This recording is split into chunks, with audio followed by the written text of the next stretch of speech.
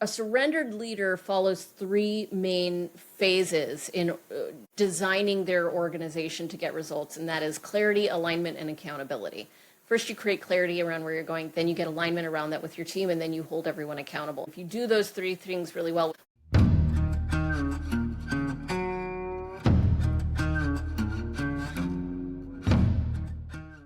I appreciate you taking the time to be on the show. I know you're very busy. You got the book coming up.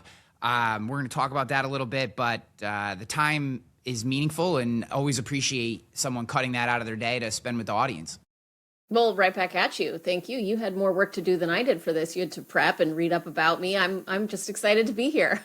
I just lie about doing prep. I actually just wing it from the rip. So it makes it sound like I'm working harder than I really am. No.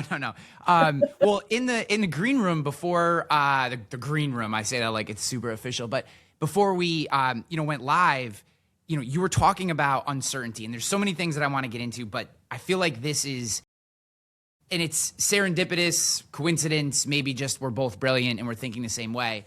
But I think this is the biggest issue that we face, not just in business, but in our personal lives as well. This idea, it feels to me, certainly this is the most uncertain time of my almost 45 years that I've been on the planet.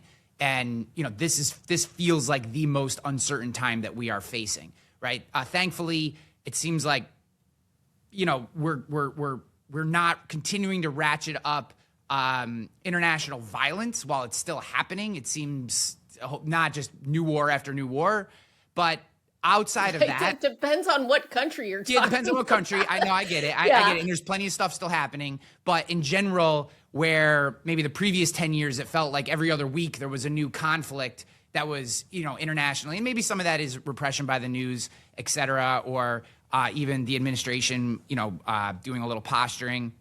But every other aspect, and maybe we can include that one as well, is seemingly uncertain. You mentioned K-shaped economy. You mentioned, what's going on with AI. I think, you're looking at your financial assets going, where the hell do I put my money? So not just the economy in terms of jobs. There is absolutely becoming this haves and have-nots. I mean, this is probably the worst have-not version of our society, again, in my lifetime. So when you're looking out over this and being that this is what you think about every day, where are the most uncertain points? Like if you had to rank order them, and we don't have to go through every single one, but like what sits at the top of that list in terms of maybe fear, anxiety, stress, that organizations and individuals, particularly leadership, is feeling when it comes to this uncertainty? Well, let's frame the conversation first by asking, what is leadership most concerned about? And we have been told, and it has been hammered into us, that as leaders, our first and foremost goal is to create shareholder value. So economic uncertainty is the biggest uncertainty because all of the other ones affect those. The technological uncertainty is a question of economics. How fast do we need to move into AI? Are we going to be left behind? Is this going to be good or bad? Are we going to create a more resilient or less resilient organization? And how will that affect the economics of it? The political uncertainty is also an economic question. We anticipate unemployment going up. I have a prediction that next year, by the second half of the year, we're going to be at 6% unemployment. We're already at 6% unemployment for certain groups, marginalized groups, college graduates. So that is what people are worried about. And I think all of the other fears fall into the category of, and how will that affect us economically? So how to deal with it is the question on everyone's mind, is how do we make good decisions and lead our organization towards a future when we don't know the environment in which that future will operate, and we don't even really know what skills we need right now in order to be prepared for that future. And that's why leadership right now, I think, is having its heyday. Once again, we go through phases. And I think we're in a phase right now where people are asking themselves, how do I show up as a leader and how do I drive results? So how do we start to show up as a leader in these uncertain times? Like, what does that actually look like? Well, let me tell you what you don't do. And it's something that we have been doing for a while. And it's something we call the action trap. So the action trap is this endless cycle of activity that feels like progress, because we just have to push more and do more. And what you've seen become really popular in the zeitgeist these days and in the last decade is this idea of manifesting, right? Positive thinking, manifestation. Joe Dispenza, all I got to do is imagine the future that I want to create, and then I can create it. And manifesting is really just manifesting as doing more. People think that what that looks like is, what do I got to do to get the result that I need? I got to do more. I'm going to act more. I'm going to get more. It's just doing more. And that, then we get into the action trap, which is that hamster wheel of, it's slow progress, but it is progress. And so it feels like what we need is just more of that. And so our company's been in business for 35 years, and we have something that we think really works. We're working with some of the biggest companies in the world, and we're offering a solution that sounds totally counterintuitive, and it sounds touchy-feely. It's one of the greatest challenges that we have, is that we're evangelizing something that drives results, but it sounds soft and like, be a good person and everything will work out.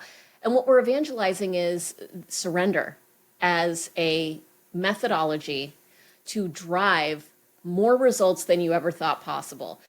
And a lot of people hate this word. The idea of surrender feels weak, especially military people. It conjures up images of waving the white flag, like, I give up. It's too much uncertainty. There's too much going on. I surrender. But what we're suggesting is that, the Navy SEALs have a saying, which is to control the controllables.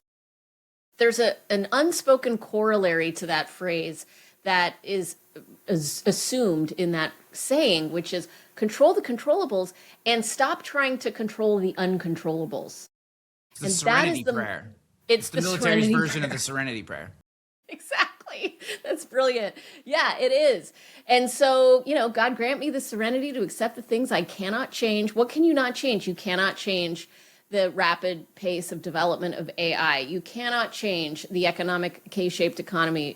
You cannot change the political unrest. You cannot change how much your employees, Gen Z, millennial, whatever generation they're in, how much they actually want to work for you, how engaged they are, if they give you their discretionary effort or not. You can't control what they do even. So what can you control? Right? The second half of the Serenity Prayer, accept the things you cannot change, the courage to change the things I can. And the things that I can change are myself and the way that I show up and respond. And the wisdom to know the difference is seeing where you as a leader stop and where everyone else begins. And where you as a leader stop is at you.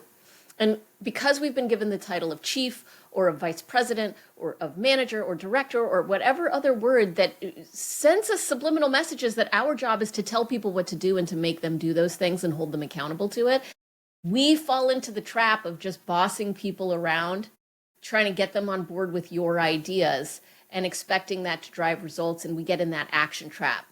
So surrender is we have a different framework. And the framework of surrender is get out of the action trap and ask yourself the question, what motivates people to take action?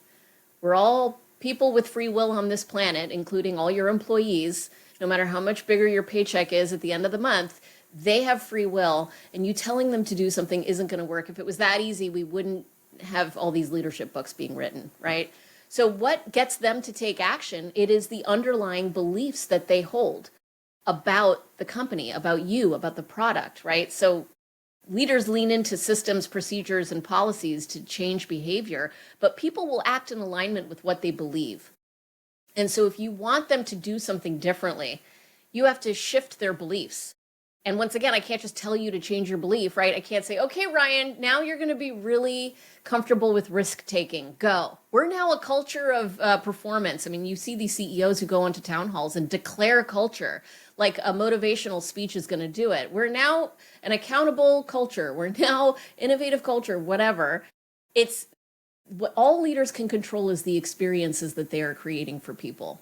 And culture isn't created in one big experience like a town hall speech. It's created in thousands of daily experiences that people have with you as the leader, with each other, with the systems. And so to surrender, to lead, is to focus on the experiences you're creating, which will shape people's beliefs that will ultimately get them to opt in to take action that will help get you the result.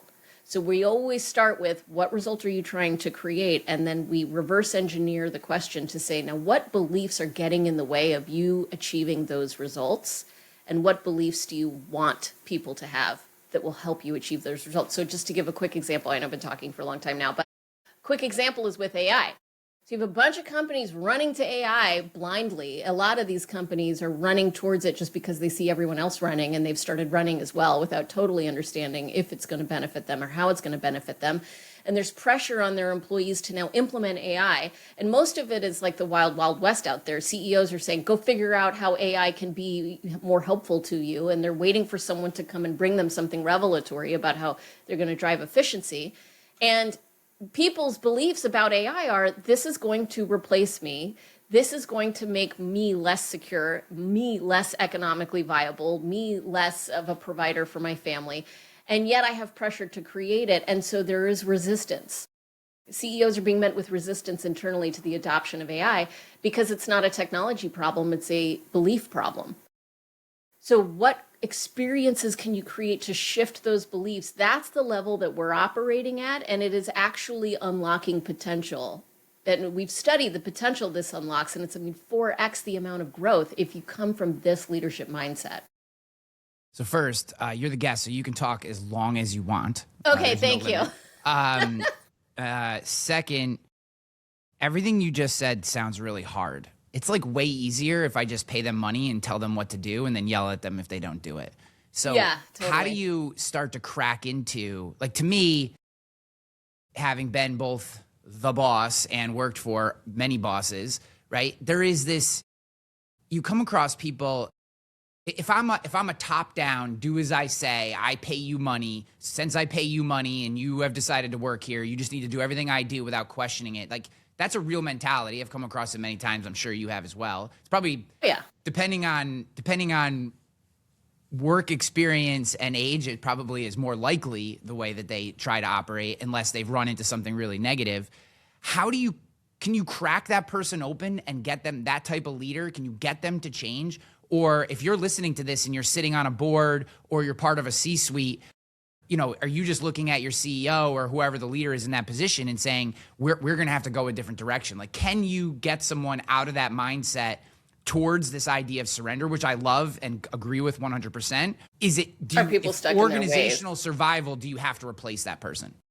Yeah, great question. There's a phrase that I heard from a brilliant CEO once, which was change the people or change the people. Those are your two choices.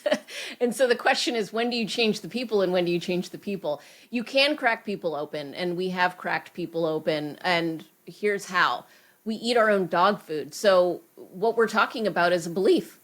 Leaders have the beliefs that they should be obeyed and listened to, and that they have the answers, and that people are being paid to follow instructions. And frankly, it's not as simple as labeling those kind of leaders, which we'll call bad leaders, and then good leaders. I mean, every leader has a little bit of that in them. I have a little bit of that in them, right? Sometimes I tell someone to do something and I really expect that they're going to do it. And when they don't, I'm like, what the hell, dude? I just told you to do that. That shows up in moments of frustration and moments of stress. It shows up a little bit for every leader at some level. So let's say you've got a lot of that in you and you're a skeptic and you're sitting on a board or you're an investor and you're all about execution and driving results and you think I'm talking about a bunch of touchy-feely stuff. Well, I need to shift your belief. So what experience can I create that will help shift that belief? That's the question to ask. There are 3 powerful experiences that are good places to start when you're trying to change someone's deeply held beliefs. First is recognition. The second is feedback. And the third and most powerful is storytelling. So we start with storytelling. I mean, my job is to evangelize and to tell stories. I'm a keynote speaker. I'm a podcaster. I go on the news and I'm constantly telling stories about the power of surrender because I'm hoping that the story will be an experience that will shift the belief for a leader who can then take action. So what does it look like? Here's a story that we tell a lot because it's a good story. It's a well-known organization, and it demonstrates the power of driving results. And that's where we have to always remember we begin and end with driving results, because this isn't just about creating, engaging. I hate this HR leaders who say, we want to create an engaged workforce because if people aren't engaged, they'll leave and turnover is expensive. That is so not true anymore. People love turnover. I have worked with the CEOs of the Fortune 100 and they love turnover because it brings in fresh meat. We're trying to be more efficient. They're not having to do the layoffs that they were planning on doing anyway. So let's assume that turnover doesn't cost you anything. In fact, it makes you more efficient. Now, what's the argument for engagement other than being a good person? Being a good person is really great if you're on a spiritual journey, which a lot of leaders are, but for many leaders, they're on a shareholder value creation journey, and so engagement is not in their purview. So let's just talk numbers and cents. We're working with a medical center in Boston, and they had hired us because in healthcare, there's often this tension between data entry and patient experience, right? Especially with the regulatory environment in the US. So the head of the emergency department hired us because she could not get her employees to fill out the paperwork that needed to be filled out when patients would come in. So we said, give us an example. What's one piece of paperwork that isn't getting filled out? Next of kin forms were being filled out 42% of the time for incoming patients at this medical center in Boston. So we asked her what she had tried, and she was in the action trap. This is what the action trap looks like. She did a bunch of training on the form, incentivized people that if they filled out the form at a higher rate, they would have a pizza party to celebrate. She simplified the form. She translated the form. She had some difficult conversations with people who were not filling out the form to understand why they didn't want to fill out the form. I mean, she did meetings and dashboards and KPIs, and 6 months later, and all that time and effort spent, she moved the needle 47%. She moved it to 47%, which means she moved the needle 5%. And that's the action trap, and it feels like progress. She did get the number to be better, so it feels like I just got to do more of that, right? Maybe I got to improve our orientation plan for new hires. Maybe I need to have ongoing training or whatever. We came in and we said, what are the beliefs getting in the way of your employees filling out that form? And the belief was that the form was a complete waste of their time. I mean, they're trying to create positive patient experience. They got people coming in with gunshot wounds. Boston is a big city. Really critical injuries are coming into the ER, and people just didn't have time to fill out the form. So we helped her identify 2 stories that she could tell, true stories. And she started telling these 2 stories. She told them for 3 weeks. The first story was a woman who came into the emergency department. They did not gather her next of kin information. She fell unconscious, and they tried to save her, and ultimately she died. Second story, same hospital, different time. An older gentleman comes in. They do gather his next of kin information. He falls unconscious. They call the daughter. The daughter says he's on this medication. This thing happened 3 weeks ago. The doctors save his life. She tells those 2 stories for 3 weeks, and in 3 weeks they were filling out the form 92% of the time in 3 weeks. That's the result that the leader was trying to achieve that was changed by focusing on beliefs. So I tell those kind of stories. You know, you get in a boardroom and you tell that story and they start to see, oh, I get it. This is a more effective way to drive results. We studied this with Stanford Graduate Business School. We looked at 243 companies. Control-based cultures were outperformed by cultures that had this belief mentality that were able to adapt by 4 times.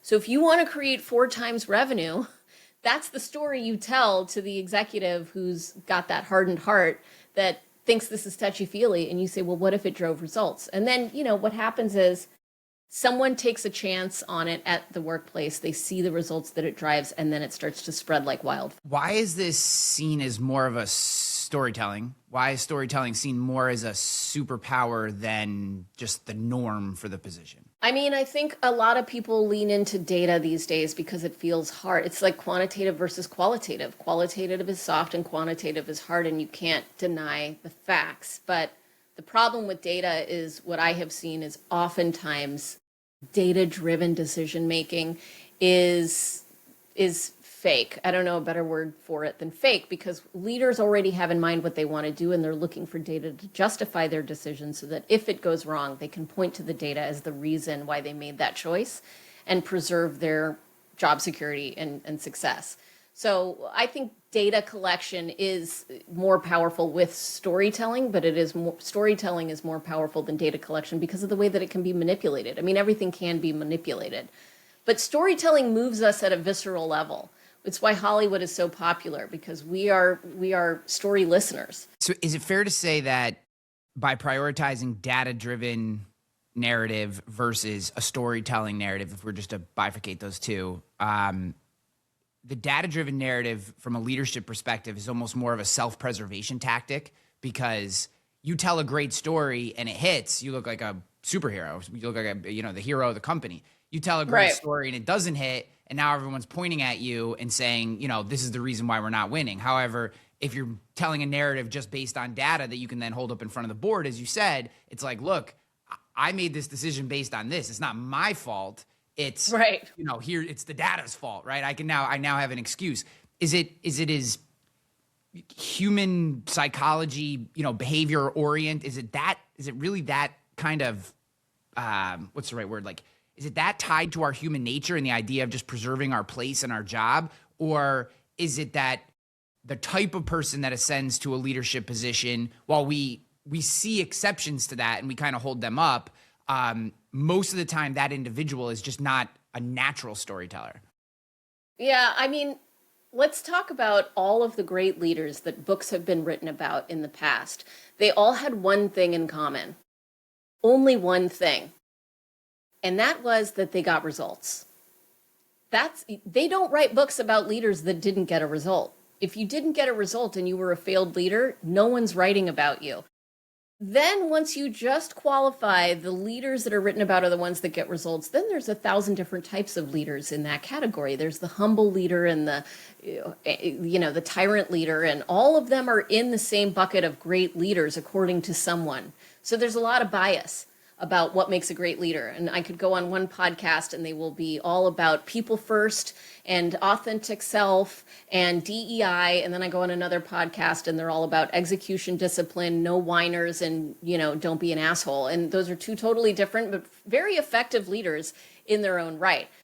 I think storytelling allows us to find the leader that we resonate the most with. It's the thing that shapes beliefs. And especially in today's age with fake news, data doesn't convince anyone of very much anymore, because I can always be skeptical of the data. But when I feel something in my soul from a storytelling perspective, then I'm bought in, right? And that's what really leaders want to unlock is accountability. And accountability is the thing that you cannot force down anyone's throat. As a leader, I can make you responsible for something, right? We all go to our executive offsite retreat. We decide that we're going to implement a new initiative and the sales team is going to be responsible for implementing it. The sales team was asleep while this whole meeting happened, but they were made responsible for a project.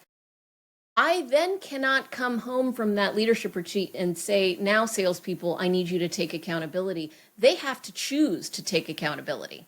They have to opt into that. And so that's the free will thing we were talking about. They have to believe that this is important to them, either from a place of fear, I don't want to lose my job, I don't want to get in trouble, or from a place of buy-in, I want to do this. Both will be effective in their own way, right? I think that it's less effective these days, the more the tyrant leader, who is the fear-based leader, is less effective these days because people are becoming more and more disillusioned. With the K-shaped economy, the wealth inequality gap that you talked about at the beginning of this podcast is worse than it's ever been. People are more and more cynical about leadership, and they don't trust that leaders have their best interests at heart. And so here's a great example. We were working with a professional services firm, and they had a vision to create $100 million in revenue in 3 years. So that was the big vision that they had plastered on the walls that they were talking about at the town halls. We're going to achieve $100 million. And when we started working with the company to figure out what are the beliefs that people have, nobody gave a shit about $100 million. It was a private equity backed firm. That $100 million was not going to go into the pockets of the employees. It was like, oh, I really care about creating $100 million for that PE overlords. It just didn't move the needle for anyone on the company, but the leaders felt the pressure because they're the ones talking to the PE firms, and they're the ones whose careers are staked on whether or not they can drive growth quickly. So we help them think about, okay, what is the professional services that you're offering and how does it do good in the world? And does it positively impact people? And it did. And so we said, how many people will be impacted if you hit that $100 million mark? And the answer was 5 million. And we said, okay, great. How about a vision of impacting 5 million lives by 2025? equates to the same financial gain. You've done your pricing calculator to figure out how many clients you'll have and how many people that is and what the revenue is, but you phrase it in that storytelling way instead of a data way. And now people are like, yeah, I'm being a part of this mission to impact 5 million lives. I care about that. I didn't care about $100 million in revenue. Yeah. I had a mentor one time who was talking about mission statements and this kind of stuff. And he said, picture, a boots on the ground employee, a grunt employee. Picture them at a cocktail party explaining what you do. How excited are they going to be to stand at a cocktail party and go, well, we're going to drive $100 million in revenue for our PE company this year versus we're going to, help 5 million people, eat better or whatever the thing was, the goal was, right? Like, one, they're standing there, clinking their glass going, we're going to help 5 million people. And they feel great about it. And probably their shoulders roll back and they can talk about the mission and how they play a role. And the other ones is, we're just making a bunch of money for guys that are already rich and don't give two shits about us. Those guys that take the private jets, those we're trying to create wealth for them. Feels great. Yeah. We want to maximize their ROI on their investment of us, And again, like you said, like that's a business reality to the fact that they gave money, whether it was either startup capital, fuel, whatever, where they were in the cycle. And you do need to return, you do need to produce an ROI for that investment to them as part of the place that they play. But that doesn't mean it has to be how you tell your story and what you tell your people. And let me just add one thing about what you just said, the business reality. And another business reality is that it is in everyone's best interest to pretend like they're on board with $100 million. They want you to like them. They want to keep their job. They don't want to be seen as the squeaky wheel. They don't want to be labeled the absolute worst thing you could be labeled in capitalism, which is a change resistor, right? So they're on board with whatever you have. And oftentimes leaders confuse compliance with alignment. What they have is a bunch of compliance, and they think because they're a nice guy and they say hi in the water cooler chat, as like, are there any water coolers anymore? Why do we still say the word water cooler? But anyway, they think that because they're a nice guy, they're getting the whole truth. And that is the delusion of leadership, is that any leader is getting the whole story from their employees. They are literally depending on you to keep them safe and to allow them to continue to earn revenue in an economy with more and more layoff stories than ever before. Layoffs are now positive in the marketplace. So companies are doing them as a badge of honor for creating efficiency, and everyone is seeing, am I next? When am I going to be? Am I ready? And so, I'm on board, whatever you need, boss. And then they go home and complain about you to the wife. That's the delusion of leadership, that you think that you get the truth is really, it's silly. Yeah, I completely agree. You had this quote that I was reading. You said, my sobriety taught me that surrender isn't giving up. It's letting go of the delusion of control. And I thought that that's so dialed in terms of exactly what we're talking about. Yeah, totally. Having been and run and sold my own company, we're never hundreds of thousands. We topped, I think, at 27 employees, but not that managing 27 employees is easy. But this idea of you just have to, you have to, this is how I explain it. So I work with a lot of, I know we don't know each other that well. I work with a lot of founders early stage. I talk about launch to escape velocity. Once you hit escape velocity, go find someone else. Not that I can't play in that world, but that's just not where my expertise is. I'm much more of, we'll call it a wartime general than a peacetime general. If you're discussing DEI initiatives, it's time for me to back out. Not that they're not important, but that's just not my specialty, nor do I have an opinion on them. So, and my point in saying all that is, a lot of leaders claim the title of CEO or president or founder or whatever they want to call themselves, right? And the conversation that I'll have with these individuals is being, we'll just call it the CEO, is a job, not a title. And I think too often we get this confused. And the defining characteristic between them is the title is I sit on this throne, like you said, and I point down at the things that are broken and tell you what to fix and where to go and take this hill and, go take taxes from those people. And it's all this pointing when the job is actually the opposite, and I talk about spinning the triangle, right? So from a responsibility standpoint, the CEO sits at the top of the responsibility hierarchy. The buck stops with him or her.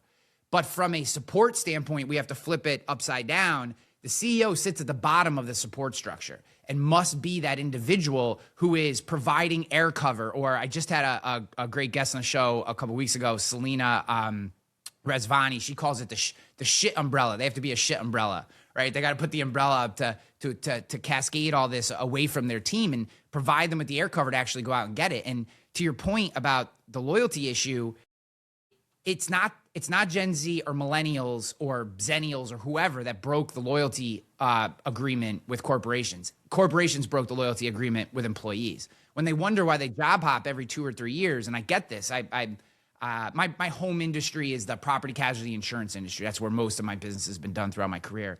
And there's always this conversation, so hard to find good talent, and people come in and they bounce after 2 years. And I'm like, it's 2025 and you still have paper filing cabinets. Do you think that 23-year-old is excited to come work for your business?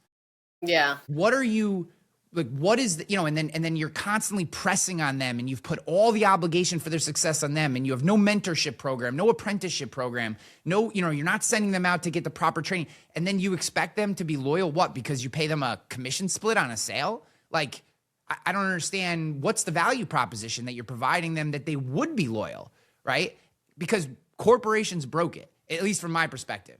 And the response from a historical perspective, that's correct. Yeah. But that's not the narrative that you get from so many people, especially people who haven't spent time dissecting this. It's always, Gen Z or not Gen, Gen Z or millennials, and look, I think millennials are more difficult to deal with than Gen Z personally, but that's probably more of a personality issue than it is reality. What are you? What? What are you? I'm whatever that one is between X. I'm a Zennial 81, I guess. The greatest generation. 81? I think they call Okay. it the greatest generation. No, that's not you. That's the old people.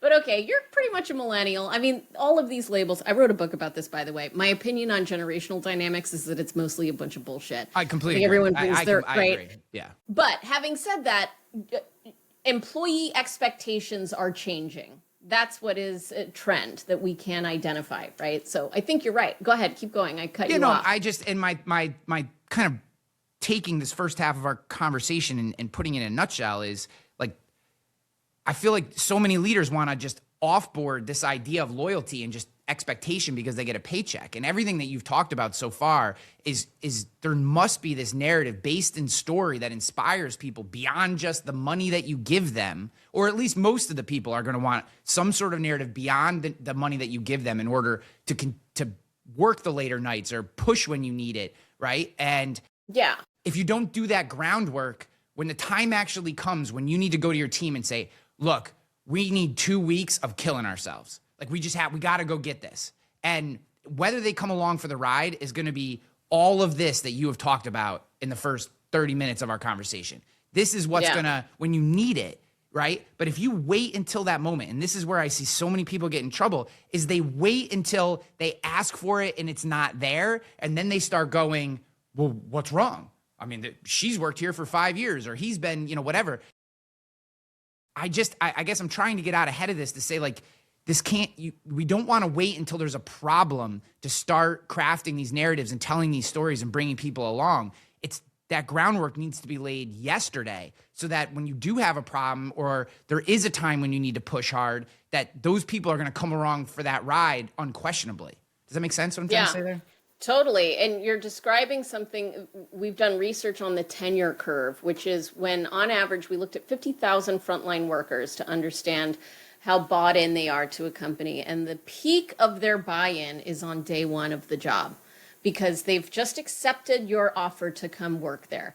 They obviously thought it was a deal worth taking. And so you have also buttered them up with a bunch of stories in the interview process, in the application process, in the offer process, where you're talking about how great it is to work here, all the interesting projects they're going to be involved in, what the colleagues are like, how wonderful the growth expectations are. So they're operating, I think the number was like 70, somewhere 70, it's 70 something was their engagement level on day one. And within 1 month, it drops to 50 something. Another month, it drops to 40. And by month 3, it's at 30 something %. Because in those 3 months, they're now having bunch of real experiences with the paper filing cabinets, with the expectations being too high, with the lack of, interest in your personal life or in your work-life balance or whatever. And now they realize that the story you told them wasn't true. And so it's the lived experiences that will shape the beliefs about whether or not they're willing to, we call it at our company, move with pace. When we need to like sprint together for those short sprints, we are able to say, we're in a sprint right now. We need to double down. And then literally just a couple weeks ago, our CEO told everyone, we're stopping our sprint now, everyone. Thank you for sprinting. Take a moment, just chill, because he knows also when to give them permission to let off the gas, which is a really important experience too. So I totally agree. It's in the lived experiences that are happening along the way. And here's the underlying dynamic that leaders are fighting within themselves that puts them in the category you talked about where they're waiting until we're in a crisis to lean on their people. It's ego. I mean, as you grow your business, your own personal title, whatever it is, if you're a founder and you are the co-founder and CEO of blah, blah, blah, and you've raised all this money and you've gotten their team to be a little bit bigger and a little bit bigger, there is the part of us, and this is natural, that feels good about ourselves, feels a little bit prideful about, I did this, I built this, I'm a good leader, I'm doing good, I'm going to kick ass. And then that ego is where a lot of the decisions that you make and how you show up every day come from, the entitlement.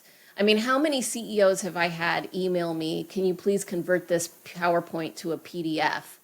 Why did that CEO not do it? Not because they didn't know how, but because they didn't think they needed to, right? I mean, it's that entitlement that creates the experiences. So the leader's job is to fight the ego, not just so that you're not an asshole, but because it creates space and room for the people on your team to actually want to lean in and offer that discretionary effort. It will be beneficial to you, but you're either operating from fear and scarcity and ego, or you're operating from love and abundance and an open mindset. And I know love and abundance sounds touchy-feely, but those are the leaders that are able to empower their team to drive those extraordinary results beyond what they could have just done micromanaging everyone on their own. Yeah, and if you can't handle that because it's touchy-feely, you're just less of a leader. I mean, guys, if you're listening at home, you are the ego leader. Yeah, just so guys, so you're listening at home, like, I know people who I can't have some of these conversations with in business because they would hear something like surrender or love or and they're like, we just need to put numbers on the board, right? And it's like, okay, yeah. I get it. Like in some circle, in some private club, when you sit down and you're who-are-umph, and whatever it is, that sounds really good in your peer group, right? That phrase, you've developed that mentality in that phrase because in some peer group, that gains you status having that mentality. But I can tell you, having done this for 20 years in conjunction, just piggybacking off what you just said, if you are unwilling to embrace these more ethereal topics, you are less of a leader. You will have more problems. There may be plenty of things you can get past, but there will be obstacles, hurdles, pitfalls, etc., challenges that come up in your business. And because you haven't addressed these parts, you are going to get blistered. And it will be no one's fault other than yours. It's not your people's fault. It's not your manager's fault. It's not your board's fault. It's your fault because you were too, whatever nonsensical, thing you want to put on it, you were too ego-driven, you're too outcome-driven. I heard one guy go, all that matters is outcomes. Well, yes, outcomes matter. Got to pay the bills, got to make sure the shareholders are taken care of, got to make sure we can pay our people, for sure, right? But how you get to those outcomes matters. How you get to the outcome matters. You can kind of you can let data drive your decisions, and you can let your gut or your ego drive decisions and have some success, for sure. It's happened. But you are absolutely clearing blind spots in your business if your people do not believe in the story behind what you're trying to do. They're blind spots. So what I've never understood, but maybe for a whole bunch of reasons, I just don't have this type of ego. I'm sure I have many other types of ego, but I just don't have this one, is like, why would you want to have blind spots in your business, right? Like if you're sitting at home and you're listening to this and you're thinking this is too ethereal, why would you what is the holdup for someone? Like, I guess this is where I'm trying to get to. How do you take someone who doesn't immediately gravitate to the idea of surrender and get them to buy into this concept if they are that ego-driven person? Storytelling. I keep telling them stories about how it works and the potential that it unlocked. I'll give you another story. I was at Oracle for 10 years, and then I left and became the CHRO of a technology company. And I went, you mentioned my sobriety. I am 5 years sober in 9 days. And I had a moment of surrender in my personal life because I was an alcoholic. And I mean, I am a recovered alcoholic. And so I had to surrender, and it completely transformed my way of thinking and acting in my day-to-day life. And then literally 2 months later, I get hired as the CHRO of this technology company. And I'm so excited. And I get there, and it's a fast growing startup. We have our very first board meeting the first week that I'm on the job. We go into the board, and the board lets us know that I need to lay off 20% of the workforce, and I'm in charge. And so I had just had this moment of transformation, this moment of surrender. I'm embracing a new lifestyle of, living with integrity, surrendering my life to a higher power. And now I have to do layoffs. And I didn't want to do them. I was not interested as the new kid on the block to be the face of layoffs. No one likes doing layoffs, okay? But they are a business imperative at some points in your evolution. And I had to surrender to the fact that the layoffs were happening, and it was going to be a career limiting move for me to argue with the board or try and reverse their decision or whatever. We had just signed some Class A office space in the Bay Area that was right before COVID, and then everyone was working from home. The company was financially in a really bad spot. So I asked myself what surrender would look like in that scenario. And here's what layoffs typically look like, okay? The executives know that it's happening months before the rest of the company, and they go in a room and they control the process. They control the narrative. They figure out how many people do we have to lay off? How will that impact the budget? When are we going to tell people? Who is it going to be? How are we going to manage the fallout? And then one day they finally drop the axe, and then they lay everyone off and they deal with the reaction to the news. And eventually, slowly, people forget and they recover, and then we do it all over again, right? So I didn't want to do that because that was controlling the narrative. That was the opposite of surrender. So I went back to my office the day of the board meeting, and I called everyone into a meeting and I told them the truth. I said, I've just been informed by the board that we have to lay off 20% of the workforce. And I don't know who, and I don't know when, and I don't know how exactly, but I'll keep you up to date as we move through the process. Okay, so that doesn't get done. That's just not something that happens anymore. And the reason is because leaders are afraid that they'll lose the wrong people. They want to control who leaves and who doesn't leave. They don't want to lose top talent. They only want to lose the underperformers, and they think that's going to be a better experience for everyone. But here's what happened at this company. First of all, that was a really powerful experience for people because it was completely unusual. And it drove the belief in them that they were actually working with a different type of executive team that was willing to tell them the truth and be transparent, even if it was really bad, difficult news. For some people, that also drove the belief, I got to get out of here. And they started looking for jobs and applying for jobs and then getting those jobs and quitting. And then as the months drove by, you know what we found out? We did not have to do any layoffs because the company right-sized itself. People who left, they left on their own terms. Enough of them left that we didn't have to do layoffs. We didn't have to pay severance. It was actually better for the shareholders. And we also hadn't overhired and hired a bunch of poor performers. So the people that we were left with was this great team of super bought in people that knew we had their backs because we told them the truth, knew we'd give them runway if we got into further financial crisis, and they were all in. That's surrender in leadership. That doesn't happen because that's just not the way we do things around here, which is, how people often describe culture. But the way I define culture is how do people think and act? How do you want your team to think and act? If that's not valuable to you and you think culture is like ping pong tables and pizza parties, then you should think twice about that, in my opinion. Yeah, I love that story. And the thing that storytelling does is it creates a natural filter. It creates a natural filter for prospects. It creates a natural filter for employees, for peers, for whoever, investors, right? If you're, why does everybody who consults on investment decks talk about narrative-driven stories, right? It's not about the data. Don't have 500 charts. Have a story that someone can believe and get behind, and their wallet will open. It's because the story is going to repel the people you don't want, or that don't align with that story, if it's honest, and it's going to attract the people that are, and it's that simple.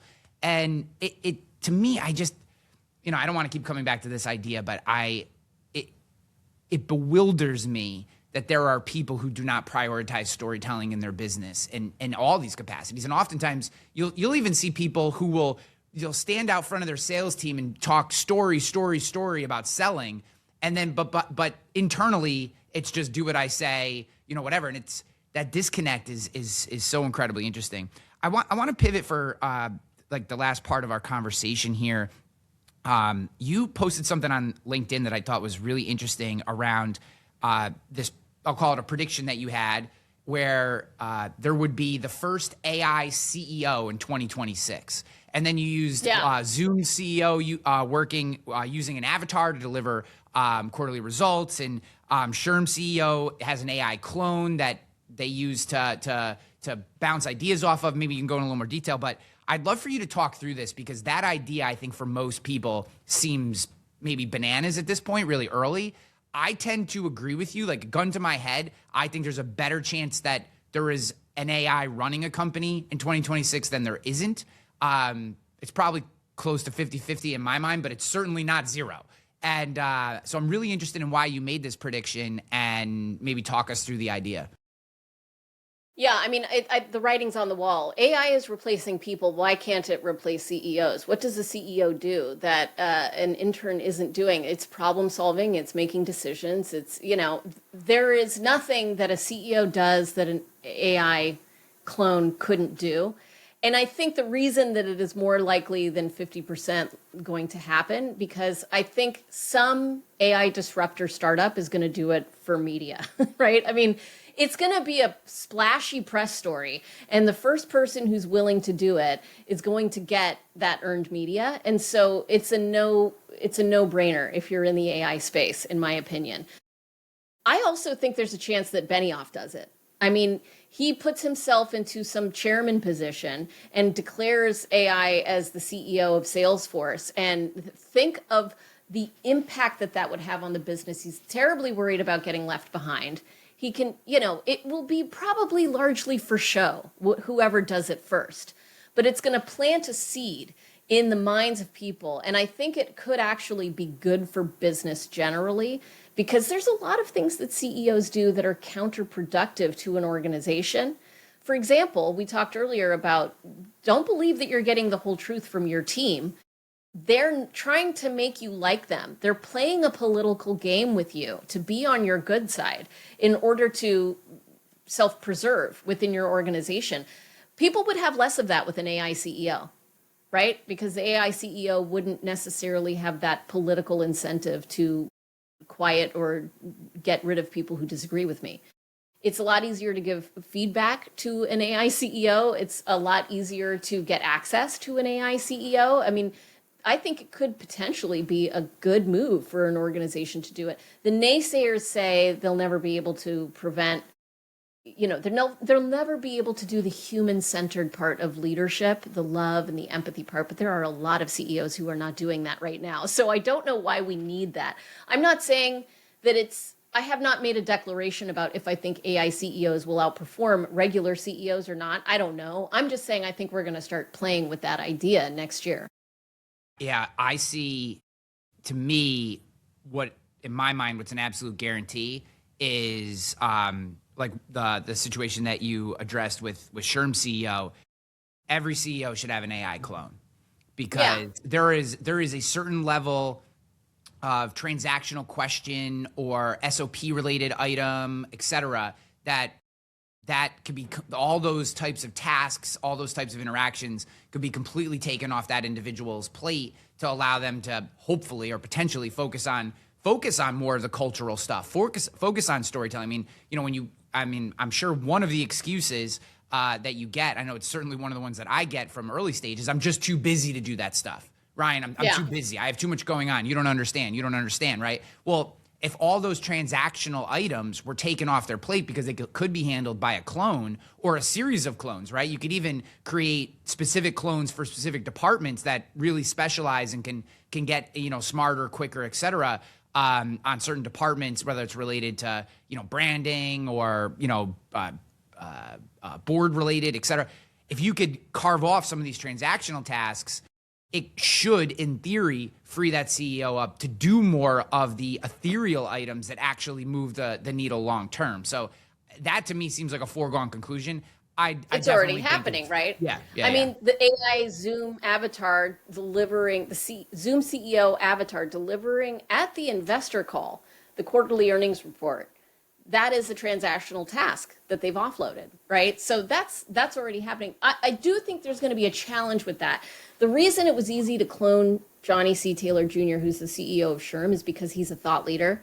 And he has a lot of articles that he's written and speeches that he's given. And he's got content that informs this clone about what his beliefs are and what decisions he would make or what questions he would have.